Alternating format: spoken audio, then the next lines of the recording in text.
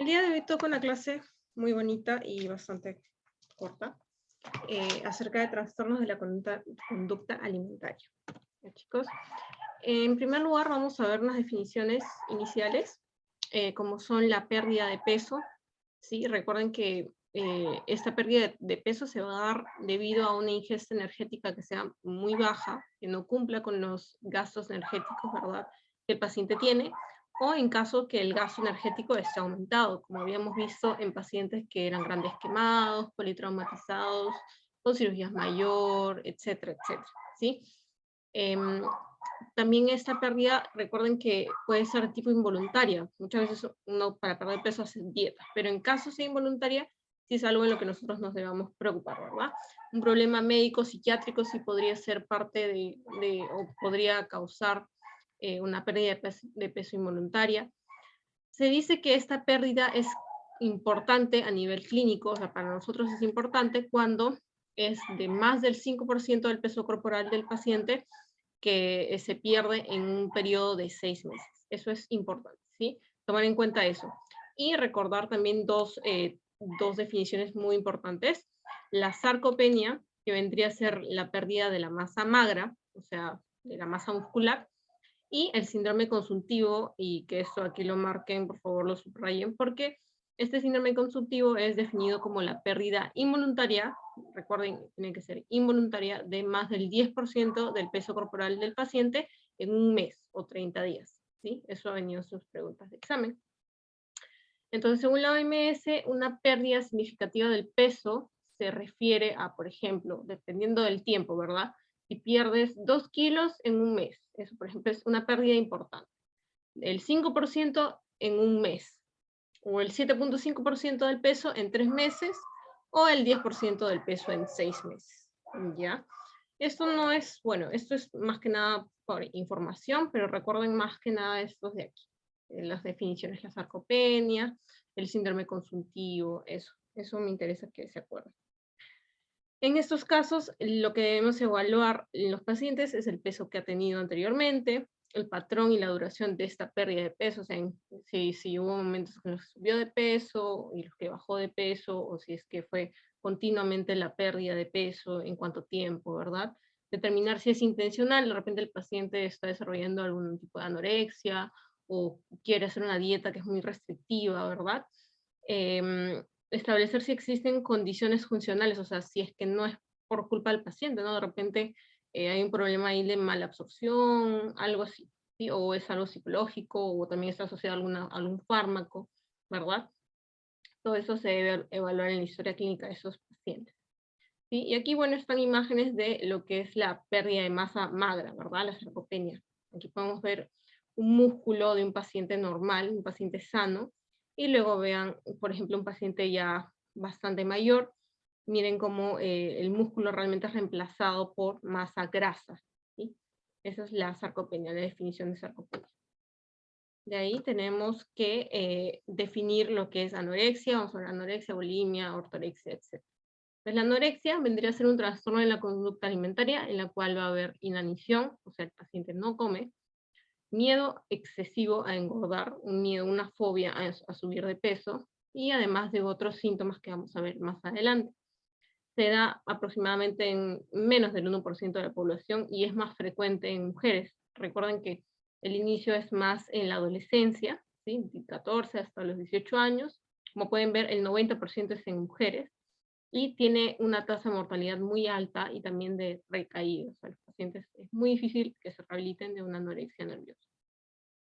Etiología, pues se han planteado algunos aspectos biológicos en los que, por ejemplo, si tienes parientes de primer grado que hayan tenido, tienes 8 veces el riesgo de una persona normal de hacer un tipo de anorexia, también es más frecuente en mellizos, etc. ¿Sí? Pero eso no, pues con eso no podemos hacer nada.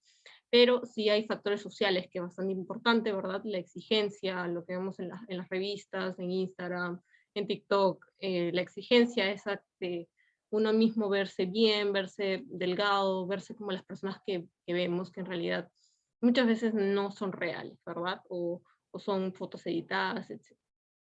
Psicológico también, dado que esta enfermedad va a afectar muchísimo más a aquellas personas que tienen el autoestima muy bajo, que son muy perfeccionistas, y eso está bastante relacionado con algunos deportes, y también con algunos trastornos de ansiedad, ¿sí? Que ahorita vamos a ver. La gravedad va a depender del IMC. Por ejemplo, tenemos que puede ser de tipo leve, cuando todavía el IMC es mayor de 17, moderado si es mayor de 16, grave si es entre 15 y 16, extremo cuando es menos de 15, y ya hay que hospitalizar al paciente cuando tiene menos de 14. En realidad esto es relativo, ¿sí? Lo de hospitalizar, pero eso es lo que tenemos en su clase. La clínica que vamos a ver es un paciente que no come, ¿verdad? Se restringe, además va a tener una baja de peso, como podemos ver, y obviamente va a haber bastante rechazo a subir de peso, aunque sea un peso ideal para el paciente. El paciente puede estar muy flaco, pero se va a ver también gorda, o sobre todo mujeres, ¿no? Se van a ver gordas, o van a ver cosas que en verdad no están en el espejo, ¿verdad? Es alguna distorsión de la imagen corporal, como dice ahí, y una fobia, como habíamos dicho, a subir de peso, por más que estén prácticamente así como vemos en estas imágenes, ¿verdad? Los factores de riesgo, el sexo femenino, ya hemos visto que es el 90% de las pacientes que tiene la anorexia. Adolescentes, ¿verdad? En la juventud es lo más frecuente, que hay historia familiar, también casos de abuso sexual, relación conflictiva con los padres, y bastante frecuente en lo que son bailarinas de ballet, gimnastas, ¿verdad? También bailarinas o los que hacen en el hielo, no sé si han visto también, bastante frecuente, sobre todo en esos tipos de deportistas. Luego pasamos a lo que es, bueno, las complicaciones de la anorexia, ¿sí? Eso tiene bastantes complicaciones, por ejemplo, a nivel gastrointestinal, va a haber constipación, balonamiento, puede haber gastritis, a nivel hematológico va a haber baja de todo en realidad, puede bajar los leucocitos, las plaquetas, los glóbulos rojos, van a llevar anemia, ¿verdad? Y con ello mismo los síntomas propios de la anemia, los mareos, la palidez, la fatiga, ¿verdad? Y hasta amenorrea, como pueden ver ahí. En cardiovascular, los pacientes suelen tener bradicardia, ¿sí? Hipotensión, arritmias, puede haber, miren, y esto es bastante importante, prolongación del QT. ¿Ya, chicos? Eso es importante porque lo he visto también en una pregunta de pediatría. ¿Sí? Prolongación del QT, atrofia miocárdica, etcétera, etcétera. A nivel metabólico puede haber hipercolesterolemia, aumento de los carotenos, muchas cosas más. En endocrinos, si se dan cuenta, hacen como un tipo de hipotiroidismo, ¿sí? T3, T4 bajas. Puede haber alteraciones del crecimiento porque, como hemos visto, afecta a pacientes que están en la adolescencia. En pacientes ya un poco mayores o cuando llegan a la adultez puede haber osteoporosis. El anudo, que es como un vellito de un color más claro y bastante delgado, también suele ser frecuente en estos pacientes. Y del sistema nervioso, pues sobre todo la pérdida neuronal y el déficit de la materia gris y blanca que puede haber en estas pacientes. Ahora pasamos a lo que es el diagnóstico diferencial, tratamiento. Entonces, diferencial, en realidad, cualquier patología que te haga bajar de peso y de repente hasta bastante rápido, ¿no?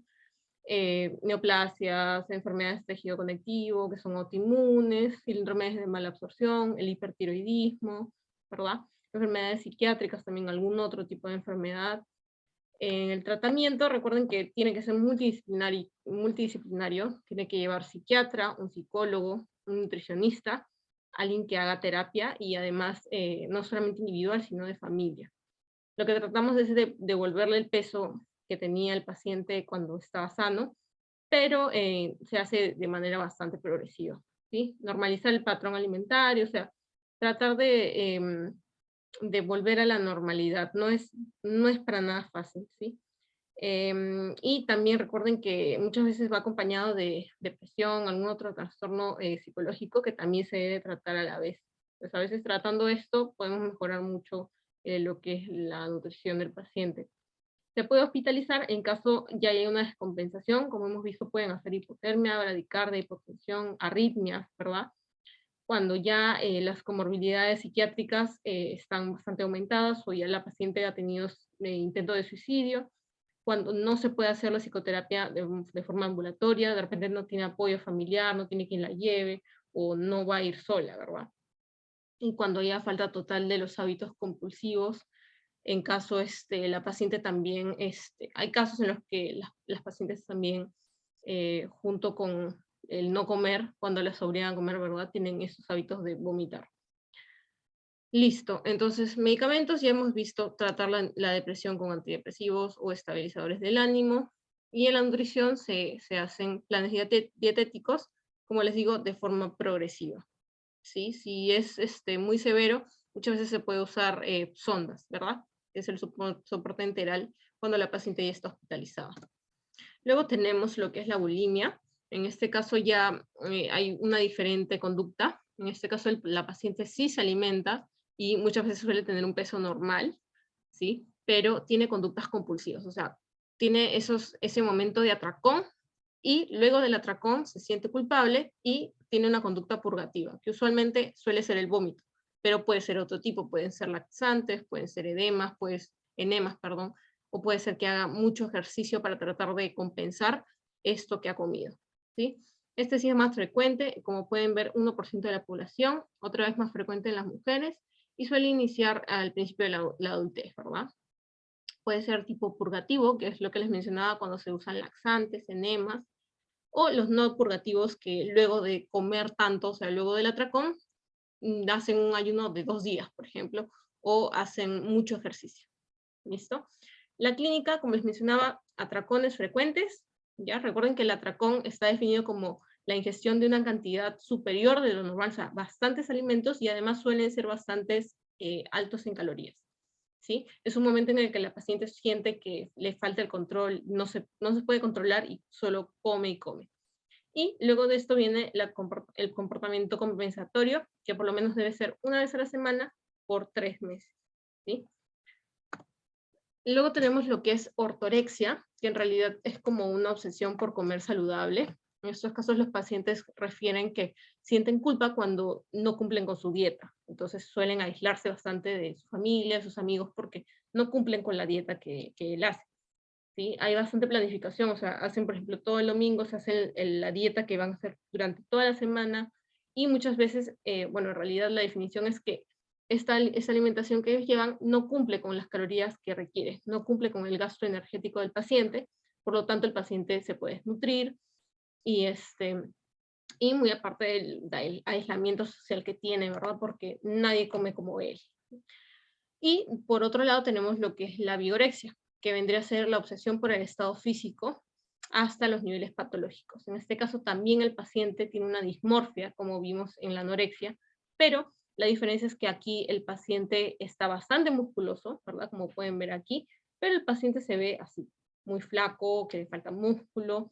Suelen recurrir estos pacientes, que son más varones, ¿verdad? A lo que son anabólicos, a todos esos tipos de sustancias, ¿verdad? Que los ayuden a aumentar la masa muscular. Hay distorsión de sí mismos, se ven débiles, enclenques, la actividad física es extrema, suelen ser pacientes que prácticamente viven en el gimnasio, ¿sí? Se alejan también, al igual que en la ortorexia. ¿Por qué? Porque paran en el gimnasio, solamente esos amigos son los que están ahí, y pues tienen, como les decía, ingesta exagerada de proteínas, de esteroides, todo por aumentar la masa muscular. ¿Listo? Eso es todo de la clase de hoy. Lo más importante, recuerden, saber diferenciar, ¿sí? La anorexia es las que se privan de comer, o sea, no comen, ¿ya? Y si comen, lo vomitan. La diferencia con la bulimia es que la bulimia, la paciente sí come, tiene el atracón, más la conducta compensatoria después, ¿verdad?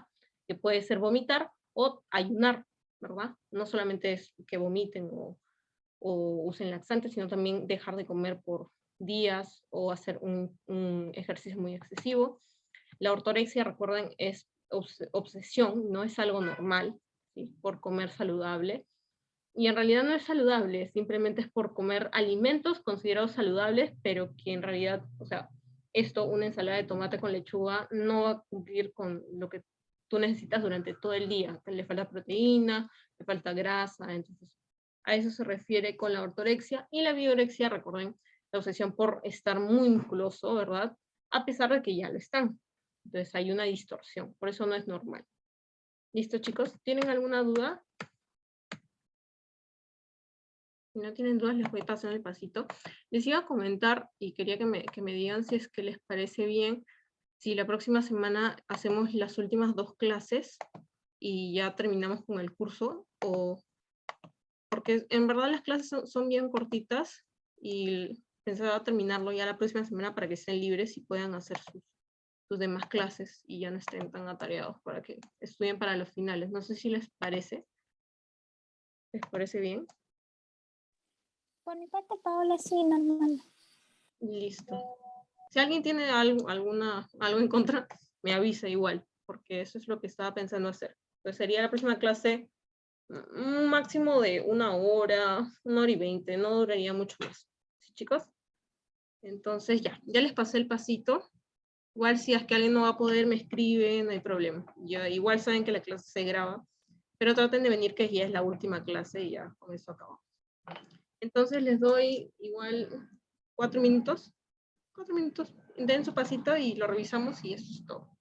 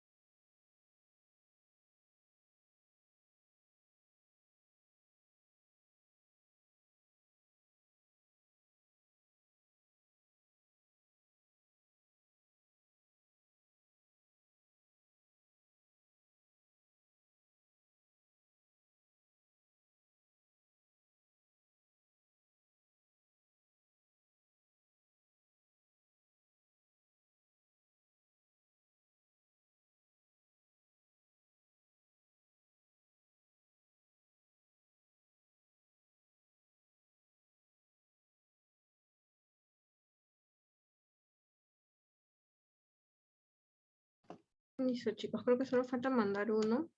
Manden su pasito. Vamos a responder. Ya. Entonces, ya. A ver, la primera pregunta. Paciente mujer de 17 años que consume comida en exceso en periodos de tiempo muy cortos, seguido de un periodo de arrepentimiento por el cual usa laxantes y vomita. Listo, está cantado, ¿no? Ya, bulimia. ¿Por qué? Porque tiene el atracón primero y luego la conducta compensatoria. El segundo dice, trastorno de la conducta alimentaria caracterizado por conductas en las cuales el individuo tiene un miedo excesivo a ganar de peso, por lo que consume pocas calorías y puede ir acompañado de amenorrea. También lo vimos, la anorexia, ¿verdad? En casos ya extremos, el paciente suele llegar hasta la amenorrea. Paciente varón de 30 años, que se alimenta principalmente a base de vegetales y de frutas, refiere que está muy cansado últimamente, en los exámenes se encuentra anemia, y además un peso bajo para su talla. A la vez dice que cada vez que come y rompe la dieta, que es saludable, dice, se siente muy culpable. Listo, la ortorexia, ¿verdad? Que habíamos visto que es comer muy saludable, ¿no? Entre comillas, y que el paciente se siente culpable cuando rompe esta dieta. Y finalmente la definición del síndrome consumptivo, que vimos que era la pérdida involuntaria de más del 10% del peso en 30 días o en un mes. ¿Listo? Entonces les voy a pasar porque me pidieron las diapositivas una vez más. Aquí está. Esta es la primera. No sé si se ve. No, esperen, no lo estoy poniendo. Listo. Ahora sí. Ya. Esa es la primera. La segunda. Tercera. Igual si es que no lo tienen. Pero lo tienen en la... Ah, sí, no, pues está completo. Ya, igual luego ven el video. Ahorita lo subo.